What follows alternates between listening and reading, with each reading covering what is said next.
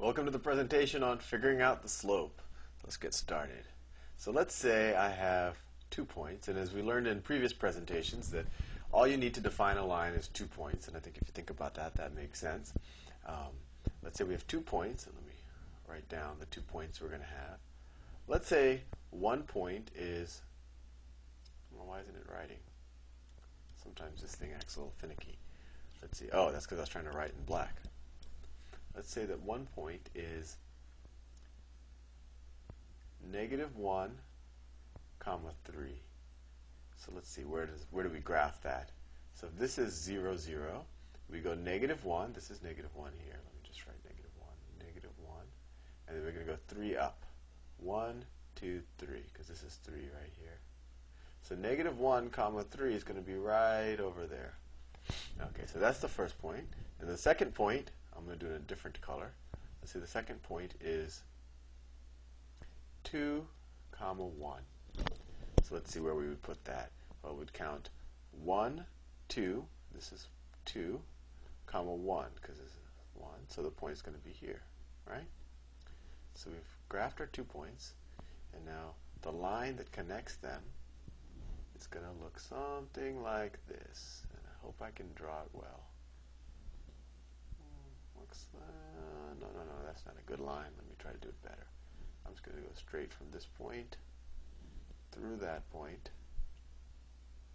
like that, and I'm going to do it, and then I'm just going to try to continue the line from here. That might be the best technique.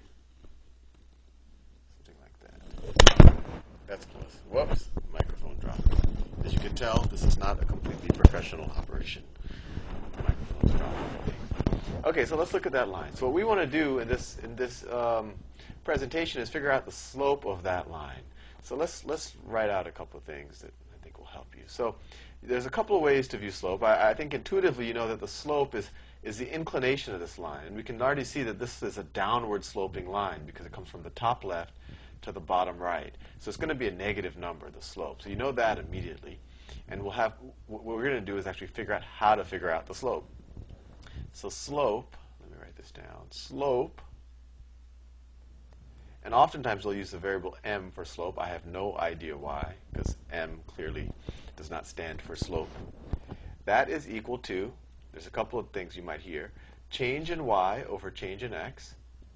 That triangle, which is pronounced delta, just a Greek letter, that means change. So change in y over change in x, and that also is equal to rise over run. And I'm going to explain what all this means in a second. So let's start at one of these points. Let's start at this green point, -1, 3.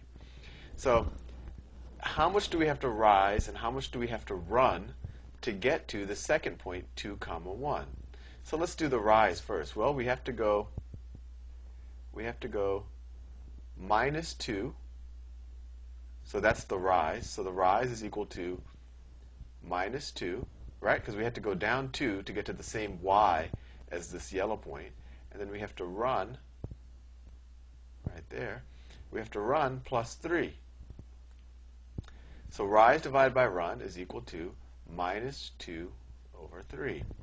Well, how would we do that if we didn't have this nice graph here to actually figure to draw on? Well, what we can do is we can say, let's take this as the starting point. Change in y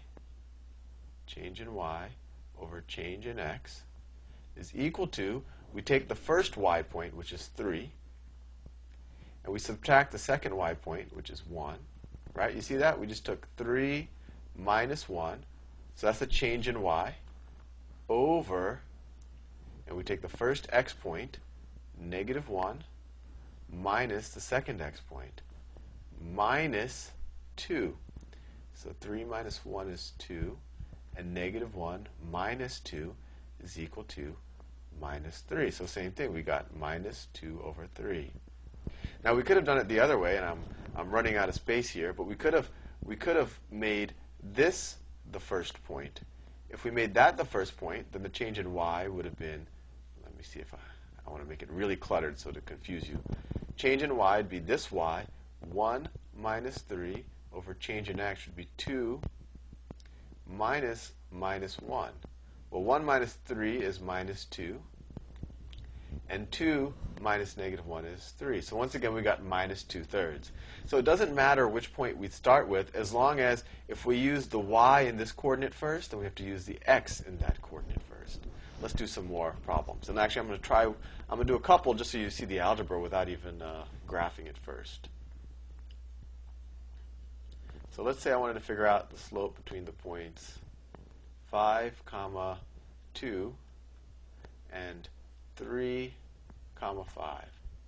Well, let's take this as our starting point. So change in y over change in x, or rise over run. Well, change in y would be this 5 minus this 2 over this 3 minus this 5. And that gets us 3, this is a 5, over minus 2 equals minus 3 halves. Let's do another one. And this time I'm going to try to make it color-coded so it'll be more self-explanatory. Say it's 1, 2, that's the first point. And then the second point is 4, 3. So once again, we say slope is equal to change in y over change in x. We'll change in y. We take the first y. We'll start here, and we'll call that y1.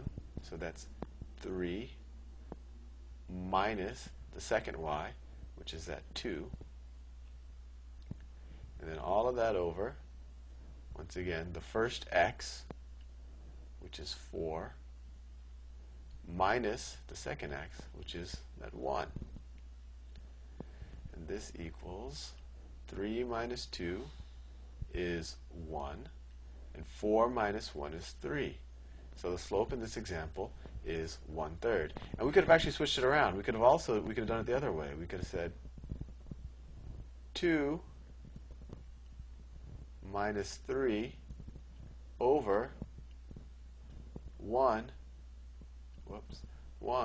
minus 4, in which case we would have gotten negative 1 over negative 3. Well, that just equals 1/3 again, because the negatives cancel out. So I'll let you think about why this and this come out to the same thing. But the important thing to realize is if we use the 3 first, for the y, we also have to use the 4 first for the x. That's a common mistake. And also, you always have to be very careful with the negative signs when you do these type of problems. But I think that will give you at least enough of a sense that you can start the slope problems. The next module, I'll actually show you how to figure out the y-intercept, because as we said before, the equation of any line is y is equal to mx plus b. And I'm going to go into this in more detail, where m is the slope. So if you know the slope of a line and you know the y-intercept of a line, you know everything you need to know about the line, and you can actually write down the equation of a line and figure out other points that are on it. So I'm going to do that in future modules. I hope I haven't confused you too much, and try some of the slope modules. You should be able to do them, and I hope you have fun.